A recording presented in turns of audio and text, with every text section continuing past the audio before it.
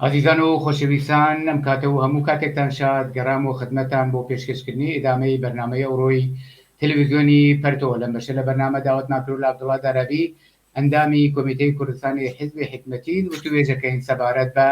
داگیرکردنی ئەفغانستان لەلایەن تاڵەبانەوە. پێشەوەی پرسیارەکانم ئاراستە بکەم دەگەڕێمەوە لای عەبدوڵڵا دارابی و ئەگەر دەنگی منە بیسی عەبدوڵڵا دارابی بەخێرەی بۆ ستودیۆی تەلەڤیزیۆنی پەرتۆ. سپاس بۆ تۆ بۆ هەموو بینەرانی خۆشەویستی تەلەڤیزیۆنی پەرتۆ. سپاس بۆ تۆش کە مختەر لە اختیارێ مادان. عەبدوڵڵا دارابی وەکو ئیشارەیەکی کورتم کرد وەکو ئاگاداری تقریبا 3 هەفتە لەوە پێش تاڵەبان بە هەمکاری ئەمریکا و دەوڵەتی دەستنیشاندەی غەنی و دەوڵەتانی مەنتەقە وەکو پاکستان و ئێران کە دەستیان لە ماجرا بووە بۆ پەروەرشی تاڵەبان و هاوکاری تاڵەبان ئەم ڕووداوە دنیای شۆکە کرد و زۆربەی زۆری ڕەسانە گەورەکانی دنیا کە تاڵەبان بەیسا بازەواکەن تاڵەبان بە شێوەیەکی بەرق ئاسا و سەریع ئەفغانستانی داگیر کرد ئەنگار لە دوو لاوە شەڕ بووە لەلایەن خەڵک و مخالیفانی تاڵەبان و تاڵەبان کە بەیسلا لەم شەڕەدا موفەق بووە. هەرچەند کە بۆ خۆتەزانی شەڕێک لە کارا نەبووە نەزەری حیزبی حکمەتی سەبارەت بەم ڕووداوە و ئەم سناریۆ کە لە پێشەوە لە پشتی پەردە و چنراوە و نەزەری شخصی خۆش لەم بابەتەوە لە رابطە لەگەڵ داگیرکردنی ئەفغانستان لایەن تاڵەبانەوە چییە؟ زۆر سپاس دەکەم سەبارەت بەم مۆزووە وەکو خۆت باس کرد لە سەتحی جامعەی جیهانیا باس کراوە قسە و باسە و هەشتا هەر ئیدامەی هەیە و یەکێ لە قسە و باسە گەرمەکان ئەوەیە کە ئەم ئاڵوگۆڕە لە ئەفغانستانە کە حکوومەتێک بڕوە و جەماعەتێکی دیکە بێن بەناو حکوومەت لەسەر ئەریکەی قودەت دابنیشن چۆن اتفاق کەوت و چۆن ڕووی داوە و ئایا شەڕیان کە شەڕیان نەکرد زۆرێ گەڵێن بەڵێ شەڕیان کرد و بە شەڕ هاتن و تەسەڕوفیان کرد و بەرقاسە هاتن و 11 ڕۆژی پێچوو بەشکلێکی شەیە کە ئاگادارن کە ئەم ماجرا پێچەوانەی ئەوەیە نە شەڕێکی تیا کراوە و نە شەڕێک بۆ بەمانای واقعی کەریمە بۆ یەکلایەنەوەکردنی دەسەڵات لە وڵاتە. بەڵێ ماوەی 20 ساڵە لە بینی تالیبان و لە بینی دەوڵەتی کەرزای و عەبدوڵڵا شەڕ بووە بەمانای واقعی شەڕ بووە، بەڵام دوای ئەم 20 ساڵە کە 3 هەفتە لەوە پێش ئاڵوگۆڕی بنیادی لەو کۆمەڵگا بنیادی بەمانای حکوومەتەکەی مەبەستمە ئاڵوگۆڕ پێکاتەوە حکوومەتێک گۆڕیە و حکوومەتێتر بەناو تاڵەبان مستەقر بوو. ئەمە غێر واقعیە و شتێک بۆ ئەم پرۆسە ئاخرە و بۆ ئەم سەناریۆ کە ئتفاق لە ئەفغانستانە بە ناوی شەڕ و بە ناوی تەسەڕۆ بە ناوی نازانم حرەکەتی بەرق ئاسایی تاڵەبان و غێر و زەرگمانە واقعی نین و واقعی نەبوون بەمانای واقعی کەریمە، چون ئەمە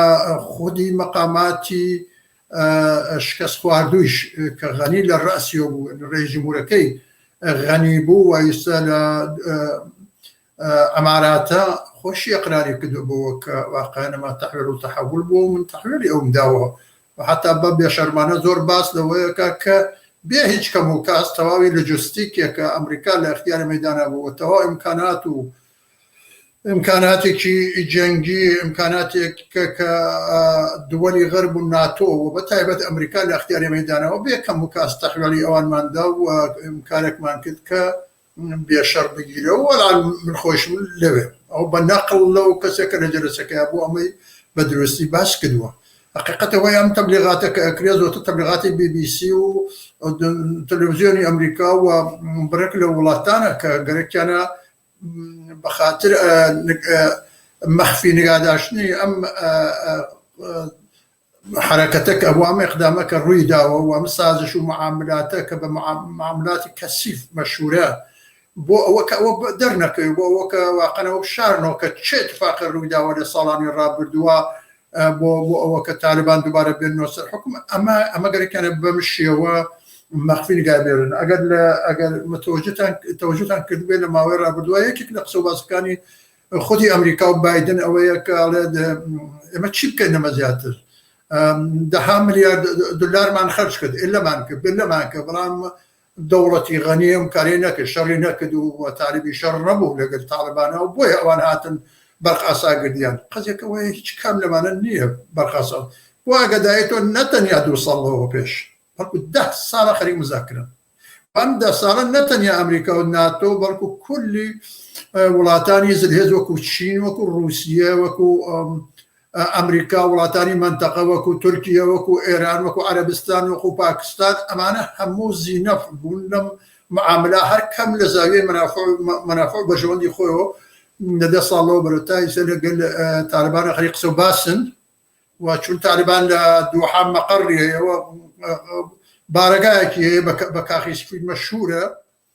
بويا اللي قال أنا قصيك كدوات قصو باسكري دسروية كآية أتواني أم تزا ويا أم بوشونا كبريتيا دولتكي فراجيل دولتكي ملي كبتواني أم دولة مدير لخدمة أهداف سرمایه داری آبید و بتوانێت سرمایه و مملکت و سرمایه ولاتانی دیکه آسانەوە و بتوانیت بالاخره لەم چوارچێوە بژیت ئەمە ئەو دەستوری معاملاتە بووە کە هەر کام لە زاویەی منافعی خۆی و باسی لێک قسە باسییان کردەوە و وردە زەمینیان بۆ ئەم شتە مساعد کردووە ئەمە بە معنایەوە نەبوو کە یەک لا لەم قەزیە ئاگادار بێ حتا ئەم لاکەشیان ئاگادار کردووە دەیرەکەی ئەم لاکەی کە غەنی لە ڕاسیەوە بووە وەک هەرزای و غەنی لە توولی 20 ساڵی ڕابردووە لە ڕاسیەوە بوون ئەمانەش خۆیان حکوومەتێکی فاسد غارەتگەر ئستثمارگەر چەپاوەڵگەر و ڕژیمێ بوون کە نەیانتوانیوە خواست و ویستی خەڵکی ئەفغانستان بەراورد بکەن ئەمانەش خۆ شاهکاریان نەکردووە بۆیە بەڵام ئەمانە توانیوانە ئەندوختەیەکی ماڵی فراوان بکەن بۆ خۆیان وەران هەر کام لەمانە بۆ خۆیان لە گۆشەیەک و خەرجی ئەم پارەنەوە و ئەم پارە کە بەدەستیان هێناوە لە سەر مەنافعی خەڵک تەخشان و پەخشانی لەسەرەکەن ئەمە ئەم قەزیەیە ئەساسەن کە تالیبان بە 11 ڕۆژ دێت بەنظر من 11 ڕۆژی زۆرە ئەوە زووتر باتە چون هەموو ئیمکاناتێک ئامادە بووە فەرماندراوە بە هەموو نیرۆ نظامیەکانی ئەفغانستان لەلایەن دەوڵەتی فەشەلۆ کە فەشەلی هێناوە دەوڵەتێکە دەوڵەتی غەنی هەمووی ئەمانە ئەتلادراوە پیان وتراوە کە ئێوە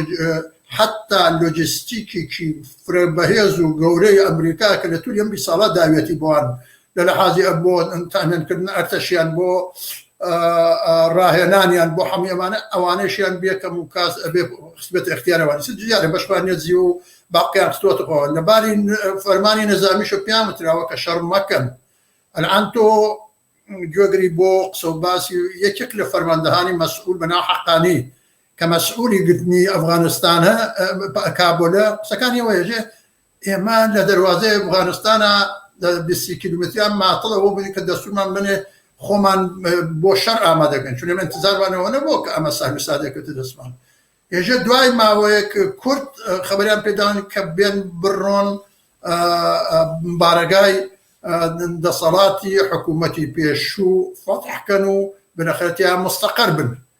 وەختی واردی شار بین حتا یەک نەفەر نزدەیمان نەدی لە دەوڵەتی سپاس بۆ تۆزاکان عەبدوڵڵا دارابی ئەگەر بکرێت چون پرسیارم زۆرە ئەگە بکرێت کورتتر جواب دەیت چون وەختەکەمان محدودە بەڵێ فەرموو جوملەکەتەوە بکە گەرەکمەوە بڵێم کە حەقیقەتەوەیە کە مامە ساخت و پاختەی بینی ئەو چەندین دەوڵەتەوە بە تۆری خاص بینی ئەم دەوڵەتی فەشەلهێنان و تالیبان و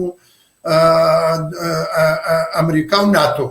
کە توانیانم بە ئیزافە عەرەبستان و دوحا و غەیرە زارێک کە بتوان ئەمر ڕێگا هەموارکەن بۆ ئەوە کە ئەوان بێن ئەم ئاڵە و گۆڕەن لە حاکمیەت و دەسەڵاتە لە بین ئەم دوو هێزە پێک بێنن چون پیان وایە ئەوە هێزە بە نەفعیان نەبوو ئەم هێزە ئەتوانێ ئەم کارە کە مەورد نەزەریانە بیکە سپاس بۆ تۆزیحەکانت بەرحاڵ ئەم هێزە کە ناوی تاڵەبانە بە قەولی معروف ئەم 15-20 ساڵە بە قەولی کوردیڵێ وەک تورشیدا نابوو بۆ ئەم ڕۆژە بەرحاڵ هەروەکو ئاگاداری ڕەسانە بینالملەلەکان وەکو BBC و تەلەڤیزیۆنی ئەمریکا باز لەوە دەکەنەوەی ئایا ماکەن گوایە ئەمڕۆ تاڵەبان تەغیری کردەوە وەکو 20 ساڵ لەوە پێش نییە یعنی ئەمە بە زبانی ئادەمیزاد ینی کەمێ ئادەمتر بوون کەمێ ئینسانتر بوون کە بەرحاڵ ئەگەر گوایە لە ئەم تەغیرە لە جەهەتی ئەهداف و ئارەزوەکانی خەڵکی ئەفغانستانە تاالبان تەغیری کردووە. ئەگەر فەرزمانەوە بێ 1% ئەم ئیدعایی کە ئیدعا دەکەن دەوڵەتانی منتەقە و ئەم کەسانی کە دەستیان لە ماجرایە بووە ئیدعاکەن تاالبان تەغیری کردووە، یەک سوالە بێ بۆ هەموو کەس مەترا بێ بۆ خودی ئەم کەسانش کە ئیدعای واکەن ئەگەر وایە بۆچی خەڵک ملیۆن خۆیان بە کوشت دەدەن دەستی منداڵیان وێڵەکەن خۆیان بەسەر باڵی تیارە و نازانم ناو مۆتۆری تیارە و قایمەکەن هەڵدێن لە دەستی تاالبان. ئەم تەغیرە چۆن ئەم تەناقوزە چۆن تەوزیعاتی گەرەکماوە بڵێم کە ئەم تەناقوزە ئەبێ ڕۆشنەوە بێت تا ئێستا ڕۆشنەوە نەبووە بە مانای واقعی کەلیمە. ئەمەش هەر ئەو جەفەندەیە کە BBC وەکو خۆ شارە پێکرد و تەواوی ڕەسانەگەلی گەورەی جیهان باس لەم شتێکن کە تاالبان تەغیری کردووە و تاالبان وەکو تاالبانەکەی 20 ساڵەوە پێش نییە کە ئەمریکا و ناتۆ ڕاویاننا. بۆیە ئەمە باشە خلاصە لەم چوارچێوە کە ئەمە تەحمیل کرد بە خەڵک دایسە پێنمە من خەڵکە و ئەم ترس و وحشەتە کە خەڵک تۆ ئیشارەت پێ کردوواقەن بە معنای واقعی کەلیمە بە دروستی هەستیان بەرامبەر بە تاالبان ئەمە لە ذهنی خەڵکە لا ببەن و ڕێگە ساسکەن و هەموارکەن بۆ ئەوە کە واقعەن تاالبان بێ مزاحمەت و بێ قڕە و بێ کشە بە لەخەر لە جەهەتی و ڕاستای منافع ئەم دەوڵەتانە کە من ئیشارەم پێ کردوتم ئەم جارە لە تووری 10 ساڵی ڕابردوودا مزاکرە دەستی پێ کردووە لە دەورەی ترامپا ئیمزاکراوە کە ئەمریکا و ناتۆ بێتە دەرەوە. خۆمە تەنیاکاری بایدن نەبووە، بایدن مەجری بووە، دەوڵەتی بایدن مەجری ئەو سیاسەتە بووە کە 10 ساڵەکاری بۆکەن ساڵە پێش ئەوە لەلایەن دەوڵەتی ترامپ ئیمزاکراوە. حقیقت ئەوەیە کە ئەو مەنافعە کە ئەم دەوڵەتانەیە دەوڵەتە سەرهێزەکان وەکو رووسیە و چین و هند و خودی ئەمریکا و دووەلی غەرب و حتا وڵاتانی هاوسێی شمالی و جنوبی و غەرب و شەرقی ئەفغانستان تیا دەخیل بوون ئەمە تەئەمین بکرێت چون تاالبان وعدی پێداون کە ئێمە دەوڵەتێک دروستەکەن کە ئەم دەوڵەتە ڕاستەوخۆ لە جهەتی منفعەتی نظامی سەرمایەی داری جیهانە بێ و جواو باتۆ بە نیازی سەرمایەداری ئەمڕۆی دنیا. من دوای اشاره پێکەم کە مەزمونی ئەمە چیە و ناوەڕۆکەکەی ئەم قەوڕ و قەرارە بەمانای واقع لە کێوە سەرچاوەگرێ و ئەوە وەگەرنا هیچ تەغییرێکی نەکردووە نەتەنیا تەغییری نەکردووە. ئەوەڵین قسە باسی ئەوەیە کە ئەڵێ ژن بێتەوە بەڵام لە چوارچەوەی قانونی ئیسلامی منە فەرمانبەر و ئەوانەیە کە کارەکەن وەرنەوە بەڵام لە چوارچەوەی قانونی ئیسلامی منە. هەمان قسە و باسە کە خومینی تازە خومینی بڕێ بە شوڕیشی شیشتیا کرد وتی بەشێ دەم و بە ڕسمیەتە ناسم و ئازادی و دموکراسی و چی و حتا مخالفینی سیاسی و کۆمونیستەکانی بڵام ئەمەم وا ناڵێ ئەمە ڕێک بە ڕاشکاوی ئەڵێت حکوومەت منن قانون ئیسلامی حاکمە بێ بە معنای واقعی کەلیمە هەر کەسی ئەم قانونیە قبوڵە لە چوارچێوەی قوانین و نظامی ئیسلامی تاالبانی جیهادیە ئەتوانێت بێتەوە کارکە. ئەمە معنای چی؟ معنای ئەوەیە کە تەواوی ئەو قسە باسە پرۆپاگەندە تەواوی ئەو قسە باسە واقعەن بێ پایەی مادی و معنەوی نییە بەڵام دووەری غەرب و ئوروپا ئەم دەوڵەتانە بۆ ئەوە باسیەکەن کە واقعەن خەڵکەکە متەوەهەمکەن متەوەهەمکە بە جمهوری ئیسلامی خومینی وتی لە کوڕەی مانگا وەرن عەکسی من ببینن وڵاتانی هەرام BBC بۆ خۆی تەبلیغی بۆ کرد ئەمانیش تقریبا دەریکەنە خەڵکەنە خەڵ بەڵام تاالبان دەوڵەتێکی تێکراریە بۆ خەڵکی ئەفغانستان. خەڵکی ئەفغانستان بۆیە لەسەر تیارە خۆیان فرێدەن بۆیە خۆیاندا بە کوشت دەها نەفەریان لێ کوژیاوە فقط لەماوە بۆەوە هەڵبێن بۆ کە ئەم پەدیدە ئەناسن و ئەوان تەوهمیان بە نسبەتی ئەم دەوڵەتانە نییە نوەنانی ئەم قسە دەوڵەتانە قبولکردن. ئەژنەمە پڕوپوچە ئێمە لەگەڵ ئەما ژیاوین چەندین ساڵە ژیاوین ئەزانین کە واقعەن بوونی ئەمانە چەندێک مزێڕە بۆ ژیانی ڕۆژمەڕەی خەڵک لە ئەفغانستانە. سپاس بۆ تەوزیحەکانە عەبدوڵڵا دارابی با تەوەجێ بەم تەوزیحاتەی کە تۆدا دەستەندەرکارانی دەوڵەتەکانی منتەقە و لە ڕاستیە ئەمریکا و ئەبەر قودرەتەکان کە دەدان ساڵە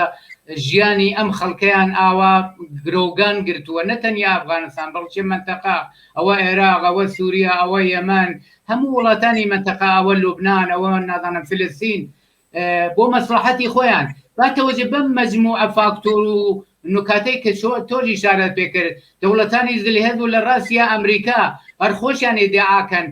تریلیۆنها دۆلار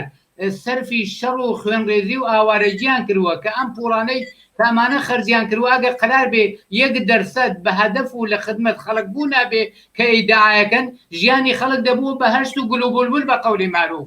ئەمە هەمووە شەڕ و خوێنڕێژی و ئاوارەجی و کوشت و کوشتار و پول خەرجکردانە بۆچی و بە چه هەدەفێکە بۆچی دەوڵەتانی زلهێز لە ڕاستیا ئەمریکا و رووسیا دەست لەم جەنایەتانە هەڵناگرن ئەمریکا ئەمە تەنیا شوێنێ نییە بەڵکێ لە 80 وڵاتی دنیاە دەخالەتی کردوەوە جامعەی بە تەباهی و نابودی کێشاوە بۆچی و بە چه هەدەفێک بەڵێ ئەمە ئەتوانێت ئەم قەزیە ڕۆشنەوەکە کە چ اتفاقێک ڕوویداوە و چه سازش و معاملاتێکە سوالەی تۆ ئەکرێت ئەو جوابە بێت کە واقعاً بناغە و مەبانی ئەم بە بنبەستگەیشتنی ئەم دەوڵەتانەیەک لە دوای یەک و هێرانەوەی تالبان بۆ سەر حکوم ناشیە لە چی و بۆ چی ئەم دەوڵەتان هەوڵێندا ئەمە ئەو سوالەیەکە بەرزەم مهمە با من لێرە یەکشت بڵێمەوە تا ئیسا بریتانیا بۆ دووهمین جارێک لە ماوەی 20 ساڵی ڕابردووە لەگەڵ ناتۆوە و جارێک لە بینی 1839 کاتێک کە ئیستعماری هێند بوو چون ئیستعماری هێند بوو لەو کاتێک ئیستعماری هێند بوو هێند لەژێر چینیا بوو ئەفغانستان وڵاتێکە لە بینی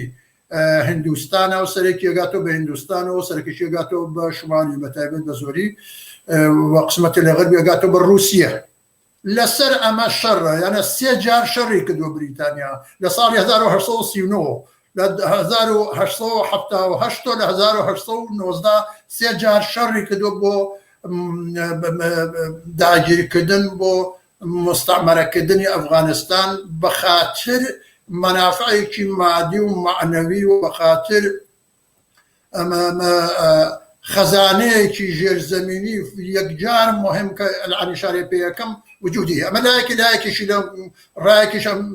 شەڕێ کردووە کە لەگەڵ ناتۆها لەلایەتی شۆ رووسیا عینیشت ئەوانیش تقریبا لە ساڵی 1970 ئەوانیش واردی ئەفغانستان بوون و بنەخەرە لێرە شەڕیان کردەوە بۆ ئەوە کە بتوان ئەم وڵاتە داگیرکەن جگە لە دەورانی ئیستعمارگەریەکە لە دورانی شۆڕەویش ئەم شەڕە کراوە و چەندین ڕئیس جمهوری بابی تەبعی شۆڕەویش حتا لێرە شکستیان خواردووە و چوونەتە دەرەوە نەیانتوانیوە بەشێکیشی مەسەلەی هینەیت ئەمریکا و ناتۆیە کە 20 ساڵە بەلەقەرە تاڵبانیان دەرکردو ئەم شەڕانە هەمووی کراوە بە شوێنیەکان لە تووری دوو قەرنی ڕابردووە بەڵام لە یەک قەرنی پێش لە یەک قەرنی ئەم دوو قەرنا بە تەواو معنا کار کراوە بۆ ئەوە کە وڵاتێکی دەوڵەمەندی وەکو ئەفغانستان کە ساحب زۆر شتە کە من وتم ئیشارە پێ یەکەم لێرە کە ساحب زۆر زەخایری ژێرزەمینی مهم و عمدەیە کە حتا لە تووری ئەم 20 ساڵەیشە چەند کۆمپانی هندوستان و چەند کۆمپانی چین تایە قەراردادی 30 ساڵە و 25 ساڵان بەستۆ بەڵام بە دەلیلی بێسوباتی و نائەمنی ئەم کۆمەلگاوە و بەخاتر نەبوونی ژێرخانی واقعی وڵاتێک کە گەرێکی بێت بەرەو سەرمایەداری بچێت بەڵام هیچ ئیمکاناتێکی بۆ فراهم نەکردێ وەکو جادە وەکو بارق وەکو وەکو ئەم شتە ئەساسیانە ئەمانە بۆن تەبعەتەوە ئەوان شکست خۆن بەمانە واقعی کەریمە من گەرەکمەوە بڵێم کە ئەو شتانەیە کە واقعەن دەوڵەتانە شەڕیان بۆ کردووە ئەم دەوڵەتانەی کە لەعان باسم کرد لە سەرەتاوە تا ئیستا هەمیشە بە چەشمی تەماع و بە چایەکی تەماعاویەوە سەیری ئەفغانستانیان کردووە ئەفغانستان وڵاتێکە نەوتی هەست گازی هەست ئەمانە کەشف کراون بەڵام بەهرەبەرداری لێ نەکراوە لیتیۆمی هەست مادەی لیتیۆمی هەست کە بۆ ساختاری تکنۆلۆژی نەقشی دەرەجەیەکی هەیە ئەمە لە کەم نادرە شاید لە یەک دوو وڵاتە بەم شکڵە بێت چون مادەیەکی معدەنیە کە واقعاً ساختی وەسایلی تکنۆلۆژی لە لیتیۆمە دەست پێکە ئەم وڵاتە تەڵای هەیە تەڵایەکی یەکجار دەست نەخۆرە چون وتم ئەم وڵاتە وڵاتێکی بکرە وڵاتێکی دەست لێنەدراوە وڵاتێکە کە نظامێکی سەرمایه‌داری حاکم نەبووە لەوێ کە بتوانێت ئیمکانات و ژێرساختەکەی بۆ دروستکە بتوانێت تەوریدی کا و بەهرەبەرداری لێکە بۆیە ئەبعادەکەی لە کاتبرن هاست کە بە حەسابی خودی ئەمریکا و بە حەسابی خودی رووسیا و چین و هند و ئەوانەکە هەر لە ئیسەوە لە لیستان ئەم دەوڵەتانە کە باسم کە ئەم 12 دەوڵەتەی دەوروبەری لە شمال و جنوب بە ئیزافەی ئەم سێ دەوڵەتە زلهێزە وەکو ئەمریکا و دووەری غەرب لەلایەک و رووسیا و چین و هندستان چاویان بڕیوەتە ئەم نەوتە چاویان بڕیوەتە ئەم گازە چاویان بڕیوەتە ئەم تەڵا ئەم لیتیۆمە ئەم پلاتینە کرۆم مس ئاسن نوقرە بەردی زمڕۆت کە زۆر قیمەتیە یاقوت فیروزە و غێرە زالێک ئەمانە ئەو شتانن کە وجودیان هەیە کەشف کراون بەڵام بەهرەبەرداری لێ نەکراوە بەڵام هەر لە ئێستەوە زۆرێک وە لە ماوەی 20 ساڵی ڕابردووشە برێک لەم دەوڵەتانە هەوڵیان بۆ دا تەقەلان بۆ دا 3 شرکەتی هندی و 1-2 شرکەتی چینی حتا وتم قەراردادیشان بەس کە بتوانن برەخرە بۆ دەرهێنانی ئەم مس و گاز و ئەمانە تەلاشکەن 2 عامل باعثیان بوو یەکێکەوە کە ساختارێکە بتوانەمانە تیا دەوام پیاکەن کە بتوانەمانە تەولیدکەن ئەم ساختارە وجودی نەبوو نە برقی هەست نە جادەی هەست نە قەتاری نە ئیمکاناتێکە بتوانێت هاتشووکە و بێت و بالاخرە جێبە ئەم لە ئەولای پێ بکە ئەمە وجودی نەبێکێکیشی ئەفغانستان یەکێک لە مشکلاتی ئەسڵی خۆی ئەوەیە کە نەبووە بە وڵاتێکی سناتی تا ئەم ڕۆژەکە من تۆ بێکە قسەیەکە ئەشیرە و مەزهەب و قەبیلەهای ملیگرا ئەوەندە بەهێز بوون و ئەوەندەیش پەراکەندە و بەربڵاون کە تا ئیسا مەجای بەوە نەداوە کە وڵاتێک سەقامگیر وڵاتێک دەوڵەتێکی هەمەجان بۆ هەمەگیر بتوانێت مەنافع ئەم دەوڵەت ئەم مەملەکەتە تەئمین کاوەتە نەم زەخایرە فرە مهمانە کە لە هیچ وڵاتێکە بڕێکی هەر دەست ناکەوێت لەوێ هەیە و ئامادەی ئەگەر مەجال بێت ئامادەی بەربەرداری ئەمە ئەو شتانەیە کە تالیبان لە ماوەی 10 ساڵی ڕابردووە بە هەموو دەوڵەتانە قەولی داوە کە منە وڵاتە ئەم نەکەم ئەم عەشیرانە کۆکەم و هەر کەسێکی مخالفێ قەتڵ عام یەکەم من دەوڵەتێکی سەرمایه‌داری بەرپاکەم کە بتوانن تەواوی ئەم اکتشافاتە هاوتم لە نەوت و گاز و بیگرە تا یاقوت و تا تەڵا و تا لیتیۆم و غێرەوە زاریک ئێمە تەولیدکەین و هەر کام لە ئێوە دێن و بەدەخێن لەمە بەهرەبەرداریەکەن و لەم سەروەتە عەزیمە ئەمە ئەم شتێکە لە ماوەی 100 ساڵی ڕابردووە چی شەڕ و لەشکر کێشی کراوە لە تەریقی رووسیا و ئەمریکاوە نەیتوانێت ئەم هەدەفە پێکێ و ئەم هەدەفە ئیسەش معەلەقە ئەم هەموو سوئال و پرسیار و تاڵبان باشە و تاڵبان فڵانە تاڵبان قەولی داوە قسە و باسییان لێ کرد و لەحزە بە لەحزە و دانە بە دانە و بلەقرق کە بەڵێ من ئەم تەعاهودە دەموو لە چوارچێوە نظامی سەرمایه‌داری خەریکمەم کارەیەکەم بەڵام حەقیقەتەکەی ئەوەیە کە ئەم قەوڵا معەلەقە بەسەر حەواوەیە بلەقرە ئایا ئەگا بەم شتێکە ئەمان بتوانن وڵاتی سەرمایه‌داری لێ پێک بێن و تالیبان لە قودرەتە بێت و ئەم زەخایرە هەنگفتە کە ئەبعادەکەی یەکجار گەورەیە ئەم جوابی نیازی ئەم وڵاتان هێندیکەش بات و تەئمینیان کە ئەمە سوال پرسیارێکە کە هیچ کەسێ تا ئێستا جوابی درستی پێ نەداوەتەوە بە دوودڵی سێریە مۆزەعیشە. سپاس بۆ تەوزەکانەدا وڵات عەرەبی وەختمان زۆر نەماوە 3 دەقەمان زیاتر وەخت نەماوە ئاخرین پرسیار مەکەم لە نەزەرێەوە بەرنامەڕێزی یا حاکمیەتی تاڵەبان لە ئەفغانستان ئێوە چۆن یەبینن هەر لێسەوە دەوڵەت تاڵەبان ئەلامی کردووە کە لە دەوڵەتی تاڵەبانە ژن وجودی نییە حضوری نابێ بە حیساب بەمانای وەزیر و لە دەوڵەتە دەستەندەرکار بێ مەوانە و مشکلاتی پێشی ڕوو یا لە داهاتووی ئەفغانستانە لەژێر حاکمیەتی تاڵەبانە چۆن ئەرزیابیەکەن خەڵک لەم رابطەدا چ ڕێگایە بگرنە پێش و چکارێ بێ بکەن ئاواش تەوزیعەکەم کە بەئێستا تایسێ مخالفەتێکە مقاومەتێکە لە مقابل تاڵەبانە هەیە ئەحمەد مەسعود کوڕی ئەحمەد شام مەسعود لە دەڕێی پێنجشیر بەئێستا مقاومەتەکە و هەر ڕۆژە دەیان جار ئەڵێ ئێمە مزاکراکەین و با بە تەوافق بگەین یعنی تەفاوتێ وا ناکە خەڵک غەیری ئەمانە بێت چ بکەن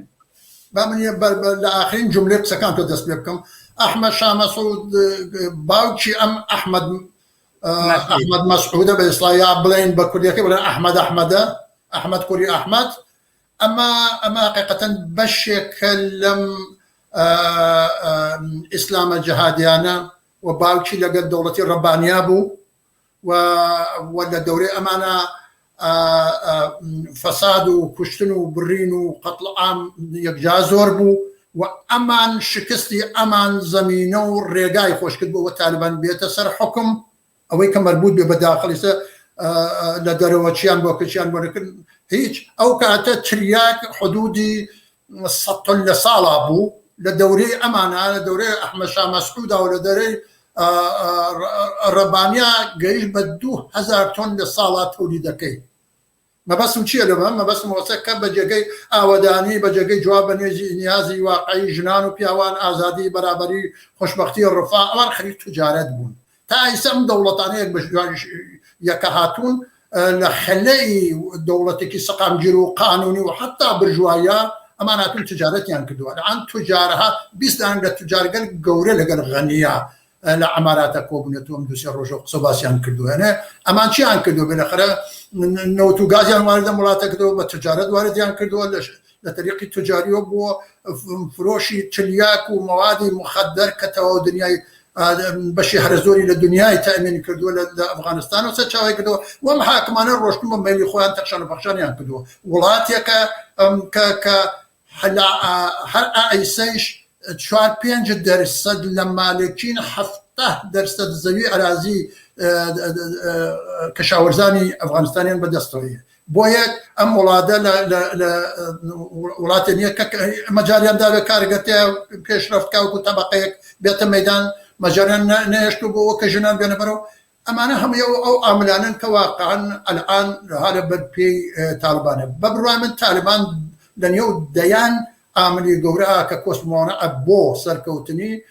من بە دوانیان ئیشارەکەم. یەکێک لەوانە بحرانی ئابووری و اقتصادیەک گەورە و عەزیمە کە لە ئەفغانستانە ئێستا جاریە نەک لەم دەوڵەتە لە دەوڵەتانی پێشووشە. وتم وەختە تجارەت سەرەکەوێت سەروەتی کۆمەلگاکەوێتە دەست تاجرەکان ئەوش بە بانووس ئەژمێرن ئەنە سەروەتی کۆمەلگا کۆبێتە لە دەستەوەنە ڕادەی چەوسانەوە دەبەرابەرە بێ. بۆی مگەرێکمەوە بڵێم کە هێشتام دەوڵەتە نەبووە بە هیچ اقتصادێکی بحرانێکی عمیق و گەورە هەر ئەلعان دەستی پێ کردووە. هەر ئەلعان دارابی ببوورە قەتەکەم زۆر کورسن یەکەتریشی ڕاستەکەم وعدە وعیدەکە داوێتی بۆ دەوڵەت دروستکردن و دەوڵەتی فەراگیر و دەوڵەتی ملی و دەوڵەتی قانونی و دەوڵەتی سەرمایه‌داری بە نەزەر من پوچە واقعیە چون بەدەنەی تەرکیب و مەدەنە و تعاقڵی ئەمانیش هەر ئەوانن پێشوون و ئەو نیروێش کە ئەوانەی کردووە بەشی هەرە زۆری هەرە و نیروانەی پێشون کە ئیستا لێرە وجودیانەیە ئەلارەقمەوە کە خودی تالبانیش بە ئاشکرا باسیەکە قانون ئیسلامیە قانون لەز قانون ئیسلامی شتێکە کە لەگەڵ دنیای ئەمڕۆی سەرمایه‌داریان نایەتەوە. نمونەی بارزی ئێرانە ئێران بە قانونی اقتصادی ئیسلامی و هات بە قەزاوەتی ئیسلامی و واردە نظامی سەرمایه‌داری بوو بۆیە حاڵی فرە ڕەنگینە و بۆیە ئەم مەملەکەتی ئەوا دووچاری بە فەقر و فەلاکەت و بەدبەختی کرد و حتا ئیسە بە عنوانی دەوڵەتێک کە خوارێ ناوەندە سەرکار بە عنوانی دەوڵەتی نامەطلوبی سەرمایه‌داری باسی لێ کرد. قسێ بە بڕوای من سەرکەوتنی تالبان بەم دەلیلانە بەعیدە ئیمکانپەزیر. سپاس بۆ تەوزیحەکان و هیواداریم توانین لە بەرنامەکانی داهاتووە سەبارەت بەم اتفاقا زیاتر قسە و باسکەین چون پرسیار و ناڕۆشنی زۆر زۆرە. سپاس بۆ تەوزیحەکان و بۆ بەشداری. سپاس بۆ تۆ بۆ هەموو بینەرانی خۆشەویست. مەمنون سپاس. بینەرانی عەزیز و خۆشەویست هاتینە کۆتایی بەرنامەی ئەوڕۆی تەلەڤیزیۆنی پەرتۆ. ئارەزووی ساخ و سڵامەتیتان بۆ دەکەم. شاد و سەرکەوتوو بن.